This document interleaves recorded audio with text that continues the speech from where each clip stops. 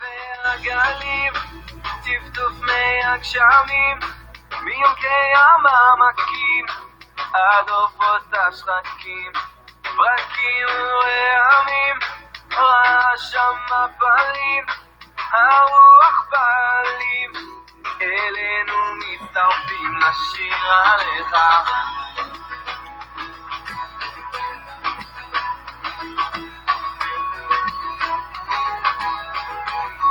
לשיר עליך.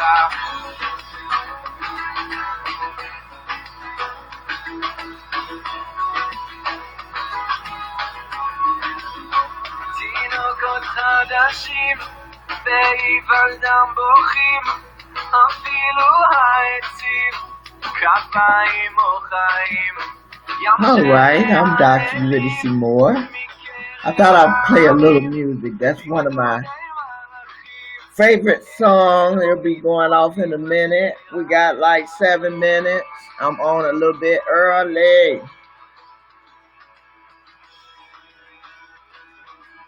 You know, all we did like dancing.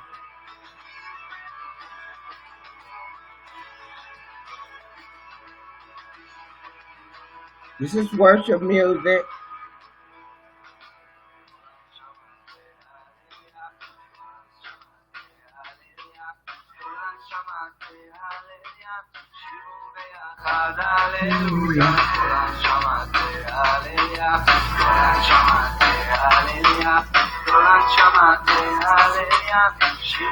I guess you could hear it.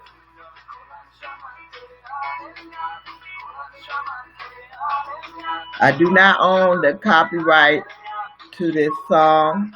It's a Hebrew song. The title of it is Let Everything That Has Breath Praise Ye the Lord.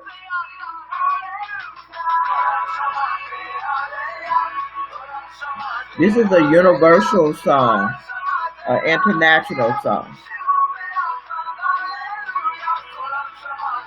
We're going to be starting in a minute.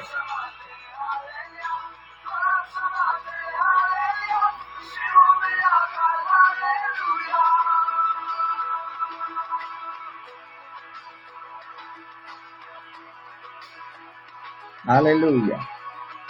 Hallelujah.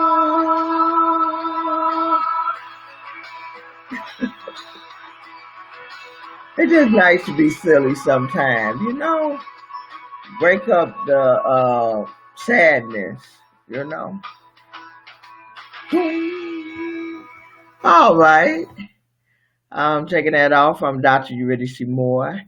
And this is our storytelling book reading number 5. We have 6 more. And this book, okay, let me get it for you. I don't want to lose my place. The book is entitled Reading and Overcoming the Odds. I received a joint grant from Chicago Housing Authority and HUD. HUD stands for Housing and Urban Development. And at one point during that time, they were issuing out grants to help people to start businesses. And so because of that grant, and I thank God, I give God the praise, I'm giving him his prompt, I was able to write 4 books from that grant. And books was published by McCurr Publishing Company. And the book can be found with McCurr Publishing Company, Amazon, Borders, Walmart, other bookstores, and online. You can order this book online and have it delivered at your door. All right. So, redeem the time. Get a good book. Read it. The people that have read this book have read it in 2 days. 2 days. Because they had experienced a roller coaster ride. They have told me they couldn't put it down. One lady told me that after she read it, she had to go lay down. She couldn't fathom the things that happened with the main character. Okay. So this book is really my autobiography written, oh my God, let me see, about 39 years ago. This book was written 39 years ago. Okay. And God blessed me with the finances to publish it.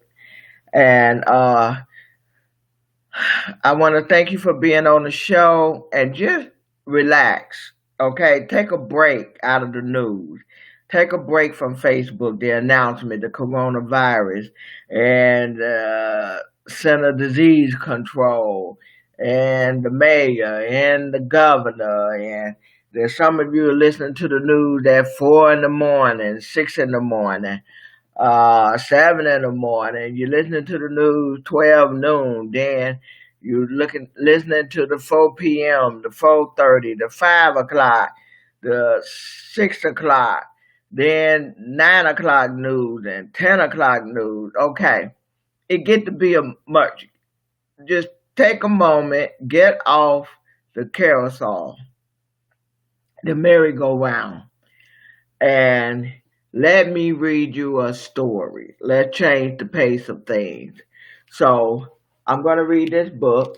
This book, once again, was published by McCurr Publishing Company. Can be purchased from that company, Amazon. Um, it can be purchased from Borders, Walmart. You can order it online, have it delivered to your door. A lot of people is reading this book. People have read it. So anyway, on that note, I'm going to move forward. I had 6 people on, now I'm down to 3. I guess I talked too much. Let me get the specs, and let's resume. Oh, now I'm down to 2. Lord have mercy. All righty. I'll be back on Monday at 6 p.m. and then Tuesday to Friday, 7 p.m. So I will not be on Saturday or Sunday. I will return Monday at 6 p.m. All right, let's read and let's discuss. Lydia and Riddy became good friends. However, her sister Diane was annoying. She always picked at Riddy because of her long hair. Diane was practically bald. One day a fight broke out between Riddy and Diane. Riddy pulled out the remaining strands of hair that was clinging to her head. She was about to lower a brick upside her head. Big Mama grabbed Riddy. Diane was never a problem again. Lydia's mother's name is Alice, who removed her from public school and enrolled her in a private Catholic school. Riddy begged Big Mama to let her follow Lydia to the new school. It was a brief stint because one day Riddy grew too quiet for Big Mama. Big Mama opened the door to her room, and there was Riddy on her knees before a white doll with a blanket on her head. Big Mama calmly explained that the family could worship only God and kneel to Him alone. Although Riddy was pulled out of the Catholic school system, Lydia remained. Lydia and Riddy would see each other after school and play in the backyard. On one particular hot summer day, Lydia nudged Riddy while the two of them were playing in the yard, and Lydia said, "Look, Sid was sitting on a crate with the basement door open and exposing himself." The girls screamed and ran up the stairs and into their houses. Riddy ran and told Medea. Medea believed Riddy and ran out of the house in a rage. Riddy quietly followed behind Medea as she walked towards the basement. Medea turned once, then got outside and told her to stay put. Medea entered the basement and closed the door. Riddy never found out what happened behind the closed door, but she had no problem with Sid anymore, and she never respected him either. However, many years later, God put forgiveness in Riddy's heart to the point where she led Sid to the Lord Jesus on his deathbed. Sid repented of his sins and wrongdoing in life. At first, it was tough. Sid, this is a great time to give yourself to the Lord and ask for forgiveness for the sins you committed in your life. Let us pray a repentant prayer. Really explain. Sid was reluctant to pray the repentant prayer because he felt his sins were too harsh to receive forgiveness. I'm not sure if the Lord will forgive me, Sid confessed. But when Riddy and her only child, Sweetie, left out of the room, Riddy felt led to return and ask her daughter to lead Sid into salvation. Sweetie held Sid's hand and asked him would he accept Christ to be his personal savior. She explained how the Lord was sent to the earth to be our example on how to live. Then the Lord died, shedding his precious blood, and resurrected, giving us the right to salvation. Riddy stepped in to help Sid pray the repentant prayer. After Sid prayed the repentant prayer, repeating every word after Riddy, Sid accepted eternal life, and on the next day he died. Okay, so we're going to discuss here that I'm going to read a little more. Let me see what time it is. 7:03 is still early. So, what is happening here? Okay, now Riddy lived 3165 West Monroe. And Riddy family was the second black family to move on Monroe and Kizzy. They were the second black family. The first black family was the Butt family. And what happened was there was a building. And it was common for people to do this because of greed. They would take a building and split it in half and sell it as two separate buildings. That way you get more money. But actually it's one building. So Lucille, okay, bought half of a building. And then what happened, after coming from the Deep South, Big Mama lived in Chicago for a while, and they used to live on 12th Street in Jewtown. Jewtown had been cleared out because the University of Illinois did an eminent domain. They wanted the property, and they happened to live in a building that had 4 flats. So the family had to move along with others. And it was a lot of them living in that apartment, and they was all working, so they saved money. And they saved money so that they could purchase a building so they would not have to go through there. During that time in the 50s, it was difficult. It was difficult to buy properties. It was hard for blacks to buy properties. What you had to do was make a white friend, have someone to buy the property for you, and then transfer the deed to you. So what happened, Anna White, found a Jewish lawyer, and God gave her favor with him, and she was trusting God that this man would do the right thing because he could have ran off with her money and kept the building. So that's what you had to do. So what is that saying? When there's a closed door, or you get a no, or things look hard, you look for another way. You believe God for another way. And that's what she did. She could not buy property straight out. So she found someone that could. And he transferred the title, and then the family moved into a 3-flat, that other part of the building that was split out of greed, whoever sold it, that other part. Okay. But when you look at it, it looked like one building. It got two porches, and then there's a banister that runs in the middle. There's only there's apartments on the first, second, and third floor, and then there's only one set of stairs to go up that lead you to the second floor and to the third floor, and there was a basement.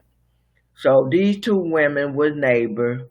They had to share the hall light bill, and I believe they had to share the water bill. So every month they would get together and make sure those two bills were paid. And so anyway, that's how they got on 3165 West Monroe and Kedzie. So in the meantime, on the second floor, um, and most buildings, when black bought property, they was family building, because you bought it so that everyone would have somewhere to stay. And then if they left and come upon a hard time, they had somewhere to go back to get back on their feet. And that's what that was the thing, that was the norm. And so the landlord, Lucille, she had a daughter that moved on the second floor, and she brought her girls. And one name was Lydia and the other one name was Diane. Now Lydia and Riddy were cool. They visit each other. She would visit Lydia, and then Lydia would visit her. Okay. And then Diane would get mad, and there was always a conflict. Diane didn't want Riddy around Lydia. I don't know, she was jealous. She wanted her sister to herself. And so eventually a fight broke out between them. And Big Mama, grabbed hold of Riddy. So I guess so she wouldn't go to jail, because she found a nice big fat wide brick, because she was tired of Diane always picking at her, saying mean, nasty things to her. So she was finna end it with a brick upside her head. But Big Mama intervened right on time. And after Diane had got a good whipping and she was spared the brick, there was no more problem with Diane. It was pitiful. So later on, Lydia's mother put her in a Catholic school, and where Lydia and Riddy used to go to Faraday together. They would walk together. This was way before Avella. Miss Black Negligee. Okay, so anybody want to know what the Black Negligee is about? A 16-year-old in 8th grade seducing her history teacher. You can just pull that up on YouTube or go on Facebook and listen to it. So anyway, this was way before then. She had a friend named Lydia. So the mother, the school system was okay. Back in the day, you think the school got it bad now. Back in the day, okay, it was nothing for 40 students to be in a classroom. There was no tutoring. There was no computer classes. They offer a little Spanish. They had a music department, but there was no special ed. I remember a guy named David being in our classroom, and he was blind. I mean, he was blind, not legally blind. He was blind, seeing eye dog blind. But he got around with a cane, and people had to help him around. So at that time, there was no special ed, no tutoring. The stuff we got now that our children have, they saying the system is bad, and it is, but it was really bad in the 50s and 60s. Real bad. Now the classroom sizes are smaller, but they can stand to be even smaller. And they have tutoring and special ed, computer lab, and they got all these different languages. Some schools you can go to, you can learn Chinese, French. They add foreign languages, depending on the school. You can learn all these different languages. Um, we ain't had that, you know. We had overcrowded rooms, and if you didn't keep up with the teacher, it was just too bad. It was too bad. The teacher wasn't stopping for nobody. If you didn't get it, you just didn't get it. You was on your own in that classroom, and class management wasn't the greatest. Because soon as the teacher turned her back to walk on the chalk, right on the chalkboard, it was nothing for somebody to throw spitballs. For those of you that don't know what spitballs are, you take a piece of paper, you spit on it, and then you roll it up, and then you throw it at somebody. Okay? So they would do spitballs, and they would make airplanes and fly airplanes through the class, and then the kids would write notes, write and pass notes. It was nothing for a fight to break out. So it was a circus. And so anyway, then I ended up working in the field of education. But I tell you, God was with me. The years I worked as a teacher, I mean, I give him all the glory. The Lord was with me. I never suspended a student, and I never put a student out. There was none but God. My students respected me. And I remember one time, it was so funny.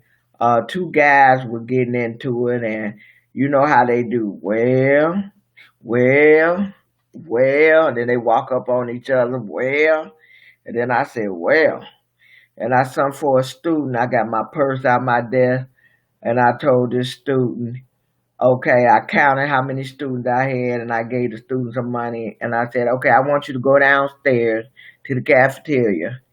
I want you to get some butter cookies. I want you to get some chips. And then the two guys that was all up on each other, well, they stopped and they looked at me and they said, Miss Moore, what are you doing? I said, hey, you all getting ready to entertain us. And then they looked at me and they said, Miss Moore, you supposed to stop us. I said, no, y'all go ahead. Don't worry about us. We got this. I'm sending for snacks for everybody. And then they looked at it. They looked at me like, Miss Moore, come on now. And they went and they set their behind down. And then I was able to teach the class. But I promise you, I give God all the glory because I was with the school system. And I enjoyed teaching. But the thing was, they didn't let you teach. It was nothing for the principal to want to report, and you had to stop teaching and fill out some papers and send it. Then you lost the classroom. Now you got to get them back in order. You got to get them back interested in the lesson. So God gave me wisdom on how to deal with my classes. I had weekly rap sessions so they could talk about things to get off their chest. If they had a problem with each other, we could address it. They had a problem with me, we could address it. I had a problem with them, we could address it. So, so one day we had a rap session and they could talk about anything. I told them there was no limit. I would answer you. And I would answer them based on the Bible. I wasn't John the Baptist quoting scriptures, throwing scriptures at them. But I respond according to the principle of the Word of God. That's how I answer them. And then once a week, they would have a movie day. But the condition for the rap and for the movie day was that they had to be good. They had to be good. And then with the Lord blessing upon the class, I was able to leave on a good note. I love my students. Many students received Christ. They got saved, gave their life to the Lord. Um, so it was a blessed time. But anyway, back to the story. Okay, I'm walking down memory lane. So anyway, Lydia ended up going to a Catholic school, and then I really begged and begged and begged Big Mama to go. Unknown to her, Catholic school have a tuition, money to be paid, and really was already wearing hand-me-down clothes and all that. So, they scraped the money together because really seldom asked for anything. So they managed to scrape the money together and send her to private school, the Catholic school. So they went to Catholic school. They had the mass and their cathedral, their churches are so beautiful. Trimmed with gold, got angels everywhere. There's pictures of Jesus and Mary, the apostles. Then they teach you to kneel. And then I had classes, and one of the subjects was religion, and then of course they taught reading, math, arithmetic, and social studies, and they would have their little dances on Friday night. They were trying to socialize us. They would have community dances, and you know, but I took everything too far. Cause one day I was in my room. And one thing about a mother, when it's too quiet, that kid is doing something. If your child is not bumping around, making noise, know that they are doing something they got no business when it's too quiet in the house. So it was too quiet, and she opened that door, and I had a doll, and I put a blanket on the doll, looking like the Virgin Mary, like the statue, and propped that doll up. And I was on my knees with my hands folded in a prayer.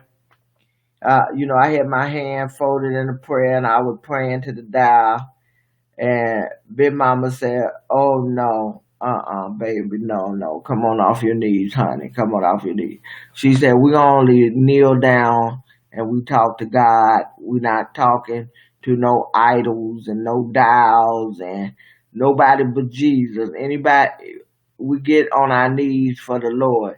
Next thing I know, I was out of there so fast. I mean, she went and got me up out of there. But Lydia stayed, you know. And so that was the end of that. So I would have to see Lydia after school. I would have to see her after school. And, so that's how we kept our friendship going. And then we kept our friendship going until she became boy crazy. And at the Catholic school, them nurses was, nuns was mean. They would get that ruler and they pop that ruler on your knuckle. Boy, you ain't had no problem. I got popped one time. You had to pop me no more. Yeah, they believe in law and order up there. I don't know how it is now, Now they don't even wear the habits and the robes and the beads. They just dress like everyday people, you know. And I think one day I asked one, I'm like, how come y'all don't wear the habits and the robes and the beads? And she said that, they had room for them to dress and look like everybody else so that people would be more comfortable with them, that they could relate to the people and the people could relate to them. And they have a better rapport with people if they look like the people. So I was like, okay, that's reasonable. I guess with the habit and the long dress and the robe, I guess they look too sacred, out of reach, out of touch. So anyway, I wasn't in that Catholic school too long. I think I might have did 2 months. But Big Mom grabbed me up out of there. So then, let me see. What do I want to say? So one hot summer, Lydia and Riddy was in the backyard, and unfortunately, the step grandfather, who known as Sid, was an alcoholic.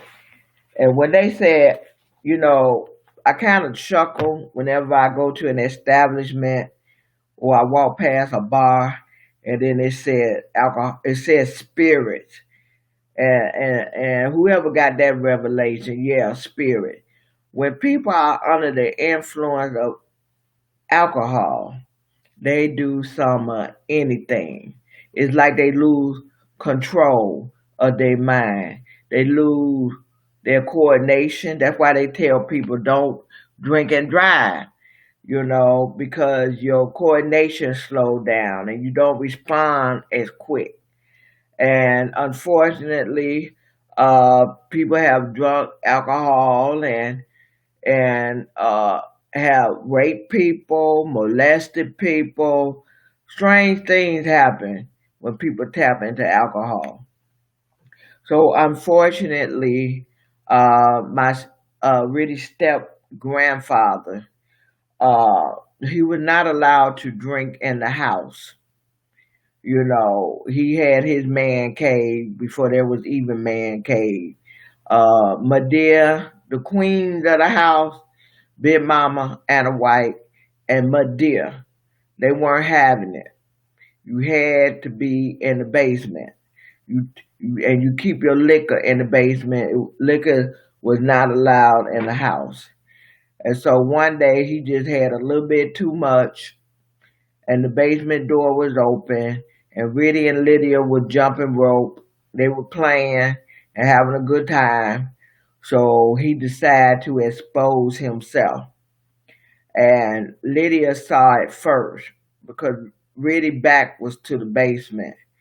And Lydia saw it first, and she said, "Look," and I was looking at this shocked look on her face. She was like that. And so Riddy turned around and she looked, and then they both screamed. Okay. It's so amazing. Children know when something is off. They are so sensitive. They might not be able to put a form to it or a face to it or a word to it or an understanding to it, but they built inside. They know when something is wrong and off. So that was totally off. So then they ran upstairs. Lydia went home. Riddy ran inside and told Medea what happened. And it was a blessing that Medea listened and believed her, because unfortunately, time have changed where children are molested, raped, fondled, and they try to tell their mothers or try to tell an adult, and they are ignored, and they choose to believe the adult over them. When a child tells you something, believe it. Oh my God. I don't care who it is. Even if their own father or their own mother, children have an innocency about themselves. And if they explaining and describing adult stuff, what do they know about that? Then it has to be real. So anyway, it was a blessing that Medea believed it. And she went down there and she took care of her business. She handled her business. Really don't know what he said, what she said, or what she did. Probably went upside his head. Who knows? But she told Riddy not to follow her, and she was very calm. And if a child tell you something, stay calm, because if you're raising your voice and you're screaming, even though you expressing anger for those that do believe them, then you frighten the child, and you make the child feel guilty and like the whole scenario is their fault, and it's not. And then they won't tell you nothing. Anything else happen in their life, they know not to tell you because you're going to get theatrical. You're going to get dramatic. Okay? You're going to be yelling and hooping and hollering. So they rather not say nothing because they don't want to go through the drama. Your drama lead to trauma. Okay, they end up being traumatized. They're already traumatized because somebody did indecent exposure. They're already traumatized because somebody molested them. They're already traumatized because they was raped and somebody groped them. Fancy word for feeling on them. Okay, feeling on their breasts or they behind. They already traumatized, and then here you come bringing more trauma to the whole situation, scarring them up. Then later on in life, they got to get saved, and God got to deliver and heal, and they got to go for therapy and counseling. Oh my goodness. So anyway, it was a blessing that Medea believed, really. Okay. So we don't know what happened in that basement, but she took care of the business, and there were no more problems with Sid. But however, that child lost respect for him. Adults, be careful how you handle children because they will lose respect for you. Where before they look up to you in a trusting manner, and now they lose respect. They lose respect. Where you was once precious in their eyes, now they like yuck. You're yuck. You're yuck to them. So anyway, I had she had unforgiveness in her heart for that, you know, and years would pass. About 40 something years would pass before she could forgive him. And then Medea died first. She passed away. That was surprising because usually black men pass before the wives. But she passed away. Sid lived an extra 5 to 7 years, and then really kept up with him. She kept up with the family, and then she found out he was in the hospital and it wasn't looking good. And surprisingly, he was very alert laying in bed, but his vital signs was horrible, and they said he was on his way out. But really looked at him, it's like he looked all right to me, you know, but he wasn't all right. Sometimes we look okay on the outside, but the inside is all messed up, and that was the case with Sid. You know, he probably had cirrhosis of the liver and all that kind of stuff. So anyway, it was time for him to die. So by then, Riddy was a minister of the gospel of Jesus Christ, and asked him, did he want to be saved? And then he's like, oh, I don't know. You know, it's never too late to accept the Lord. It don't matter what you did or didn't do, what you said or didn't say, who you been with or who you wasn't with. As long as there's breath in your body, there's an opportunity for you to know the Lord. So Sid felt like he did too much evil in his life and that the Lord couldn't possibly want him. So after Riddy tried, and Sweetie, her daughter, because by then Riddy has a baby girl, and Sweetie, her daughter, you know, left out the room, and they were walking towards the elevator. And then Riddy had an overwhelming feeling like, he need to get saved. So Riddy sent Sweetie back into the room. And Sweetie was like a preteen. And she had accepted the Lord. And she went back in and she talked to Sid about the Lord. and explained the plan of salvation about Jesus being the Son of God. And he seemed to open up and be receptive and really was like in the back. So then she walked up and then she said, well, see it, repeat the prayer. And he repeated everything that she said. Lord Jesus, forgive me of my sin. I believe that you are the Son of God. Save me. And then Riddy and Sweetie prayed for him. And the next day he was gone. He was gone.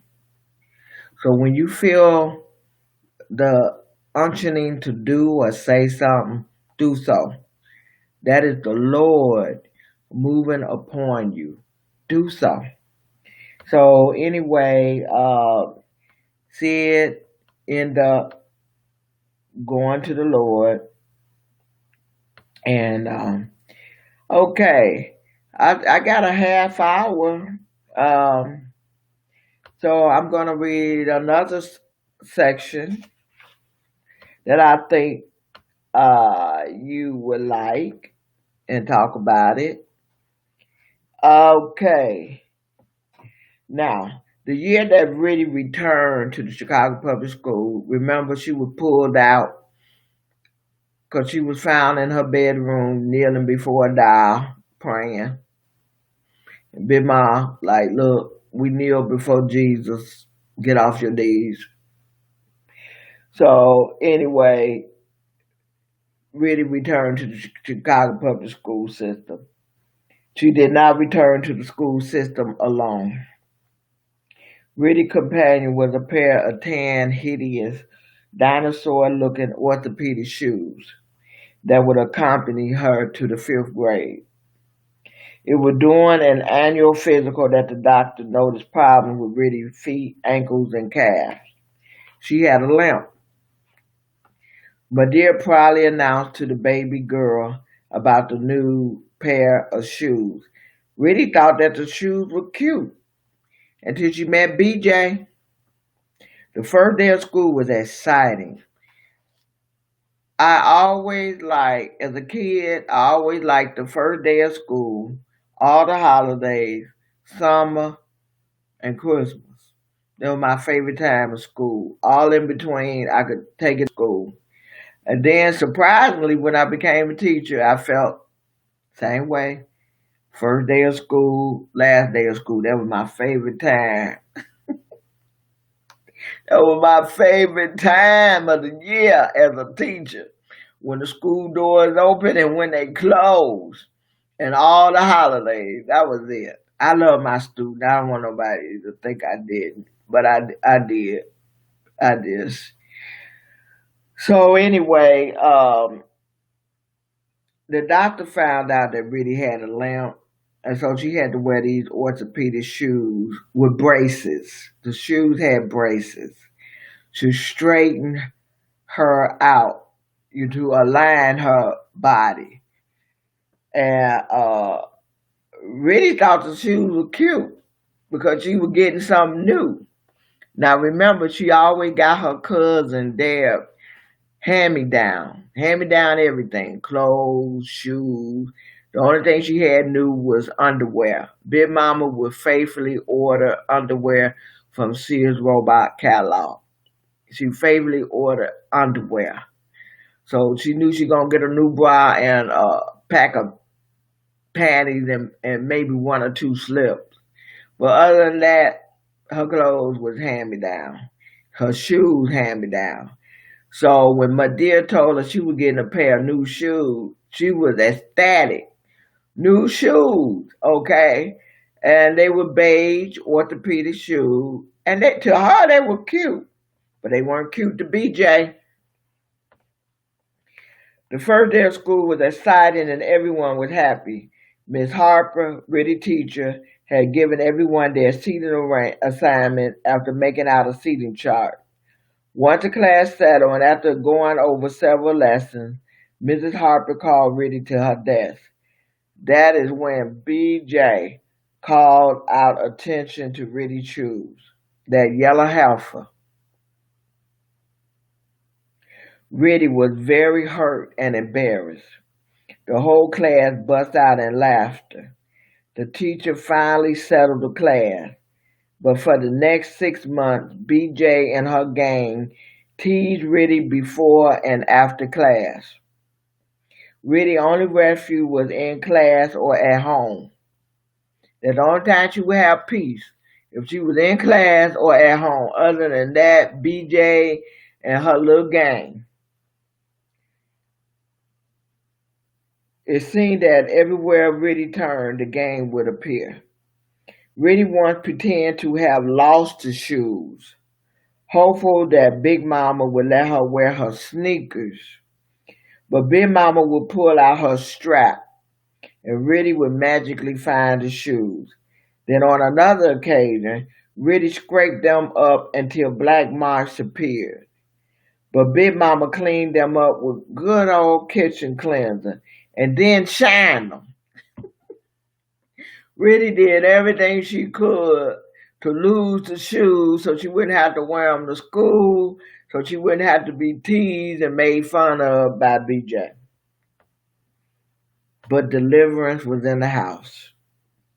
One day, BJ and her mom came to class to return her books.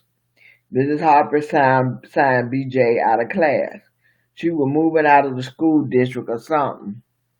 Who cares, thought Riddy. It was the end of BJ and the gang's constant terrorist attack against Riddy. Through the years, Riddy wondered what happened to BJ.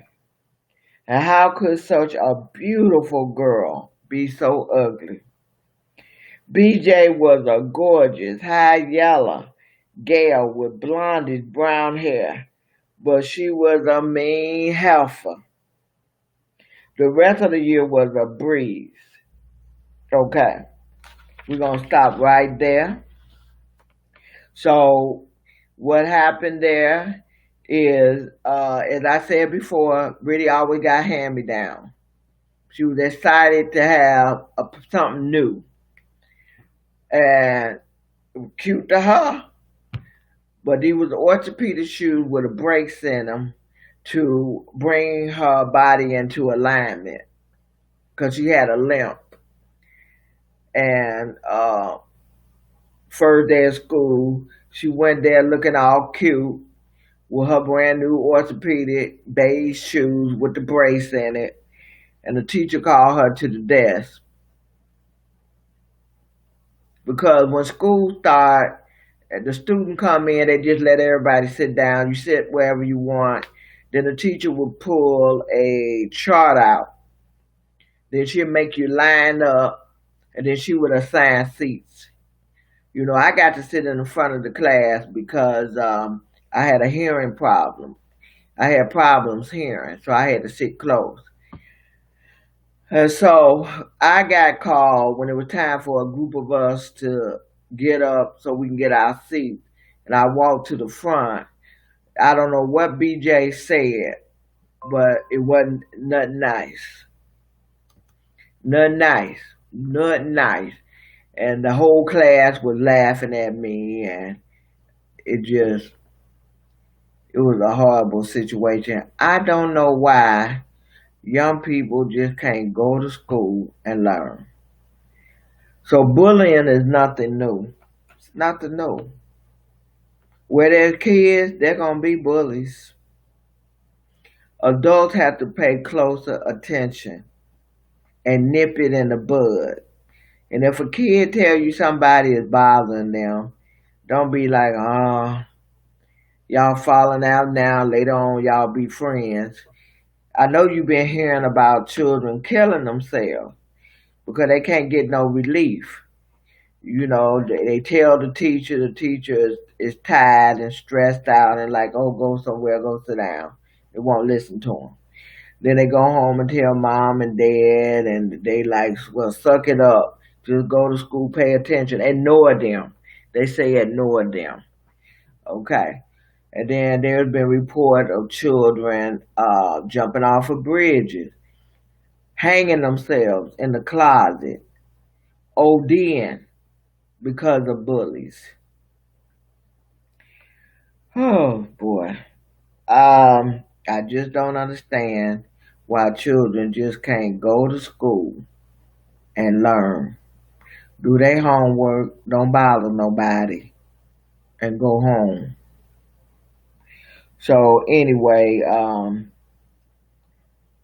and anytime you have to put someone down to make yourself look better, you have insecurities. This young lady was beautiful, gorgeous, but she had ugly, and I know I'm not gonna be popular. I don't care. I've been delivered from people alone. I look like a goldfish. Alone.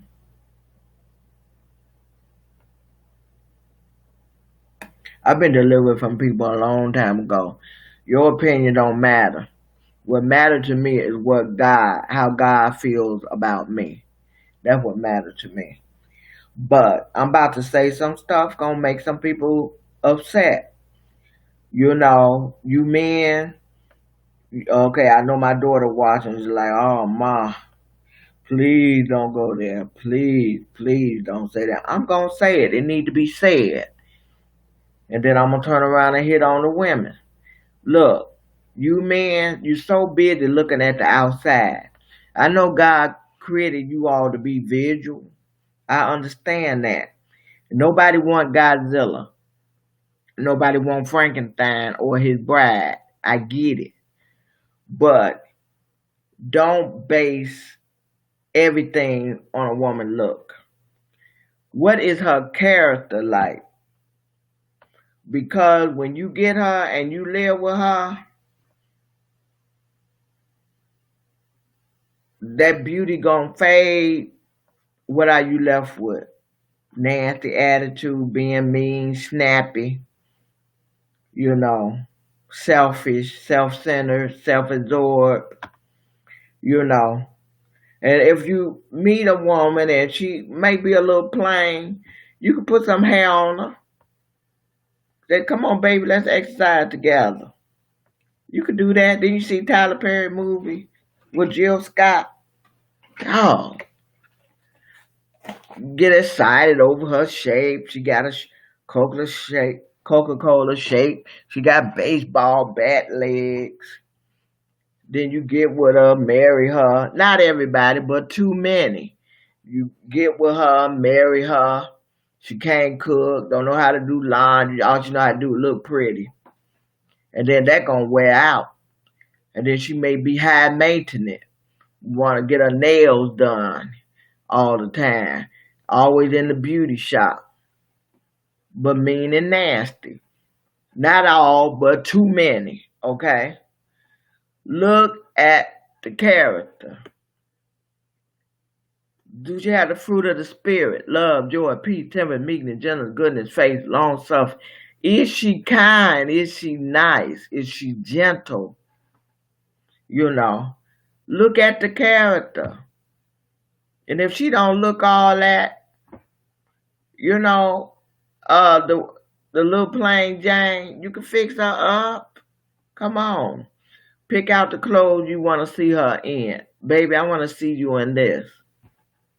Hey, hear all these horror stories always coming back to me. You women, you want them tall, dark, and handsome. My case, it was tall, light, with good hair. But you so busy looking at how fine he is. Then he get you somewhere and beat your tail.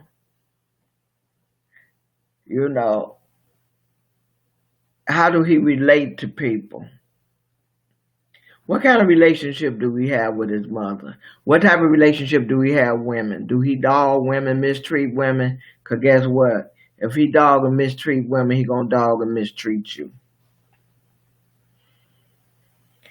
So, and I know the Temptation had a song that was a hit when I was coming up. Beauty is only skin deep. We got to get this. Beauty is only skin deep. I was singing, but I'm really not a singer. I'll spare you.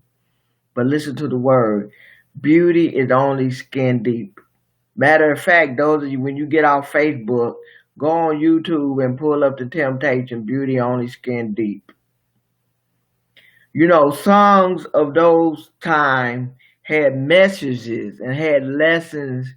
It wasn't a lot of yelling and then curse words and talking up under the clothes and all that. The song back in the 60s and 70s had messages, was teaching, instructing. You know, BJ was beautiful. Beautiful outside, ugly inside.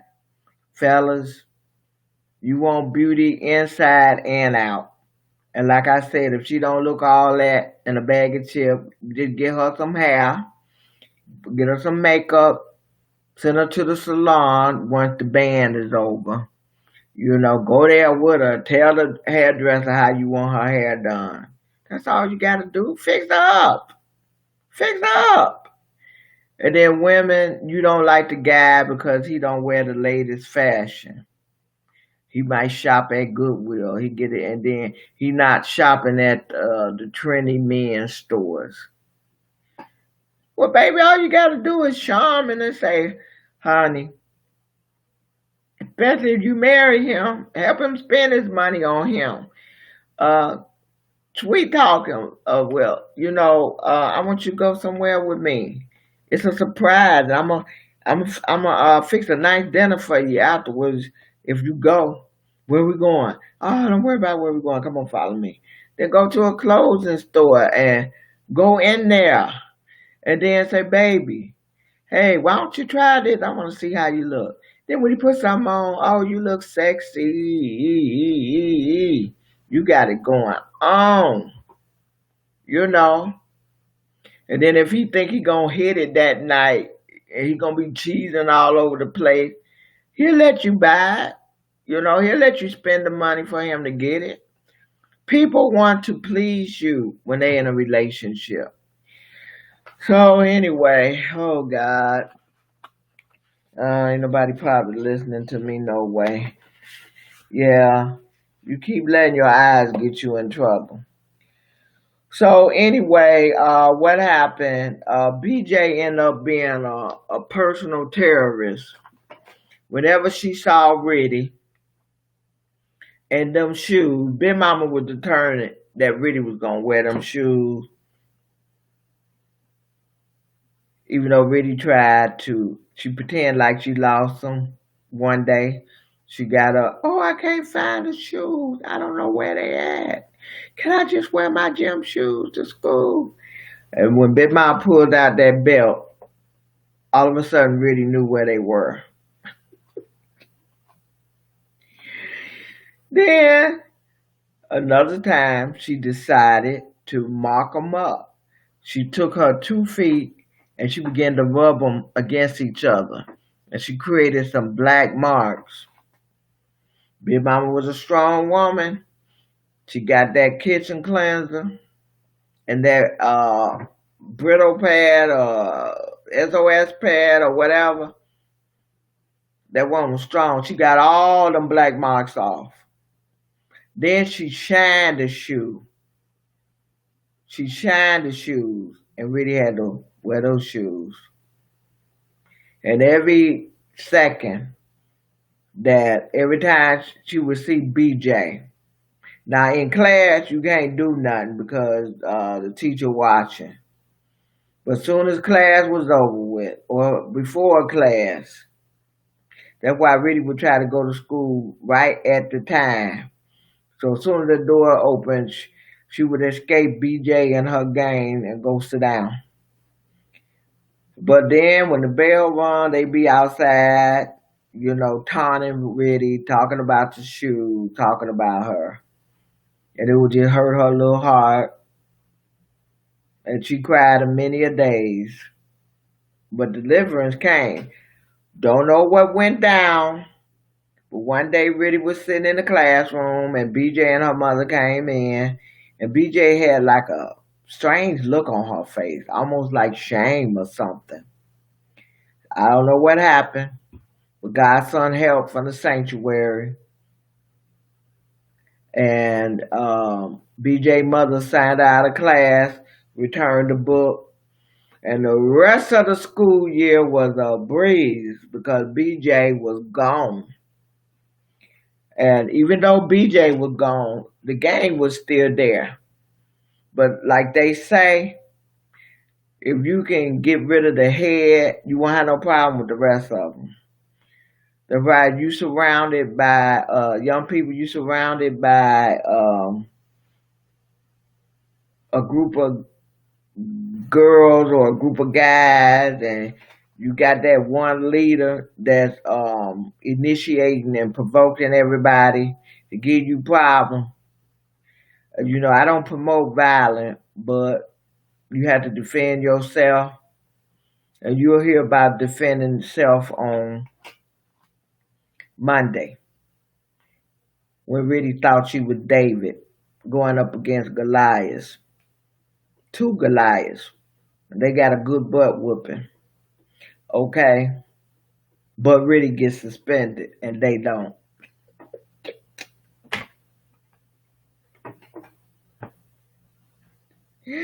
So anyway, you'll hear about that Monday.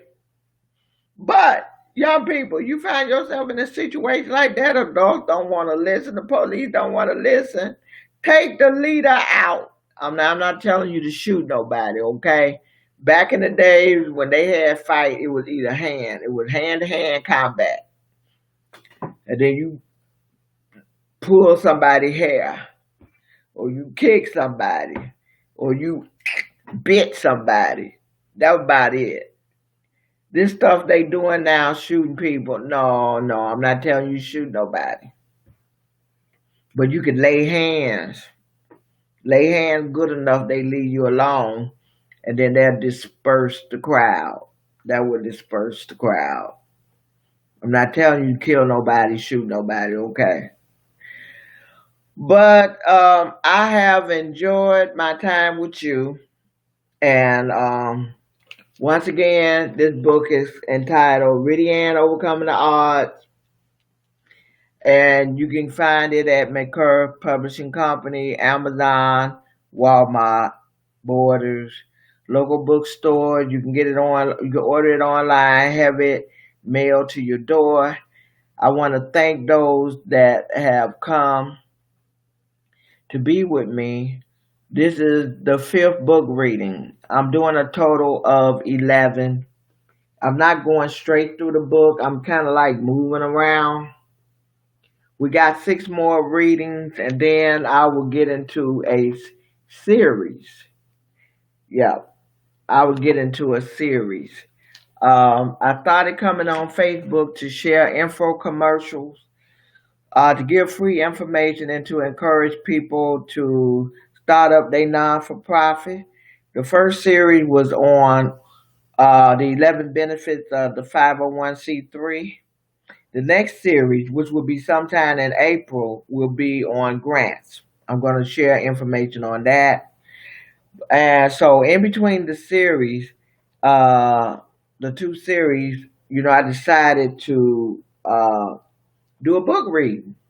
I felt led to do a book reading, to break the atmosphere of the heaviness. It's nice to just break away, laugh, have some fun.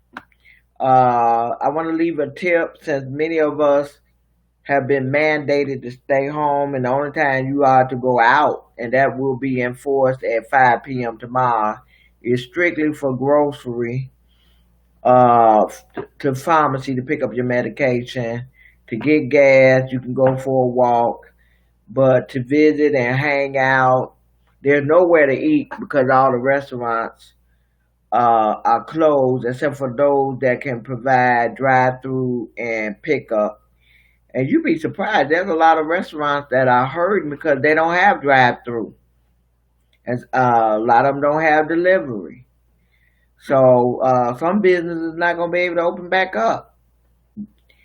But one tip that I want to leave with you is that make sure you exercise while you home.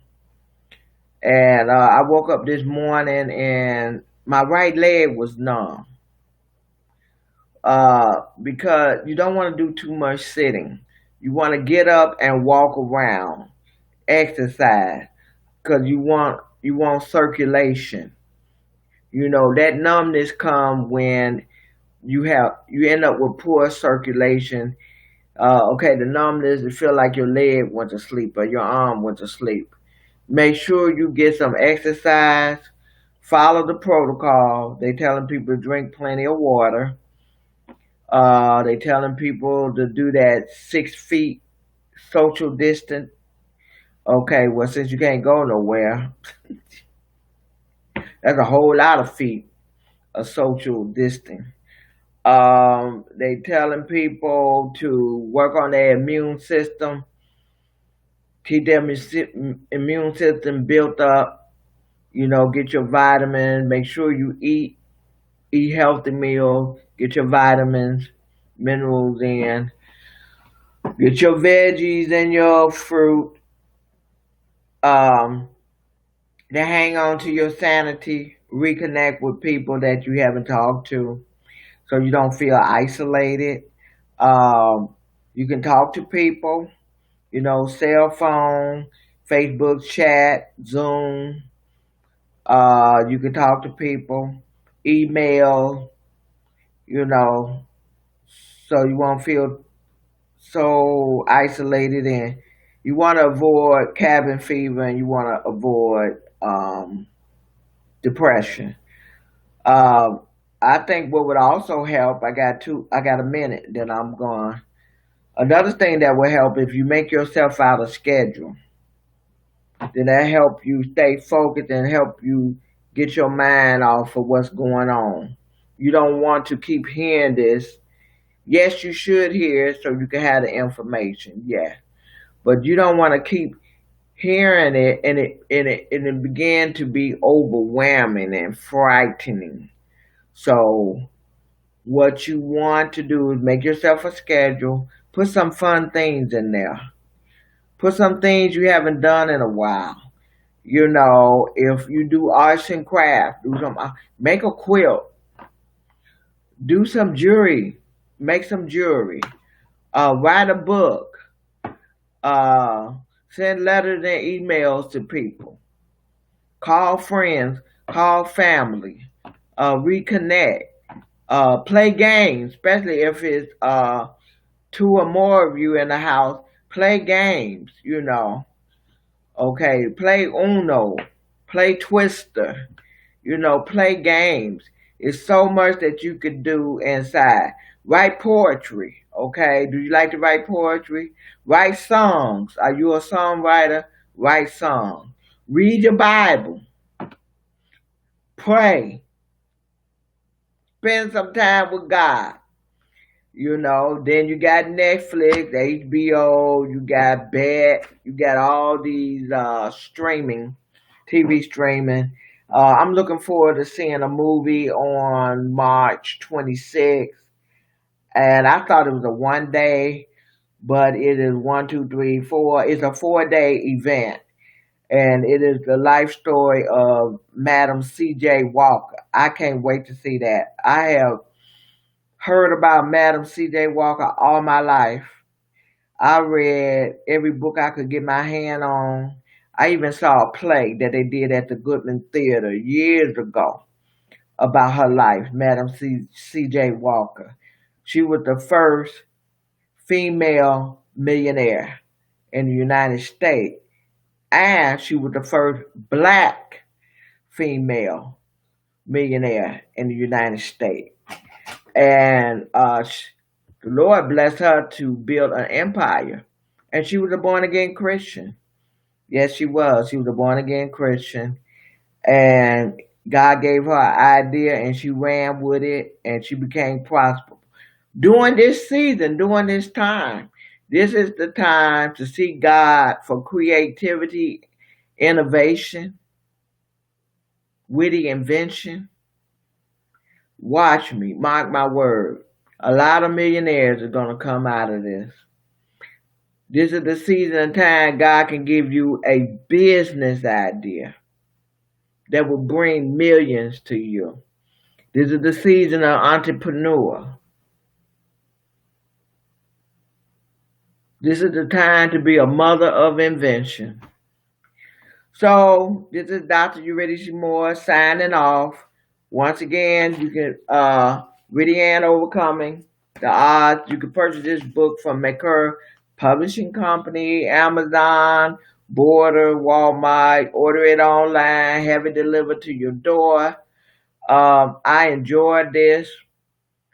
Even if I was on here by myself, I would still have a good time because I know somewhere down the line somebody will view it and this will bless somebody. I'm okay about it if I up here by myself. But then again, I'm not by myself. The Lord is with me. So if I could do something to brighten your day, give you a break, you take a mental break on what's all happening, make you laugh, make you glad, I'll do all that I can. So signing off for now. God bless. Godspeed.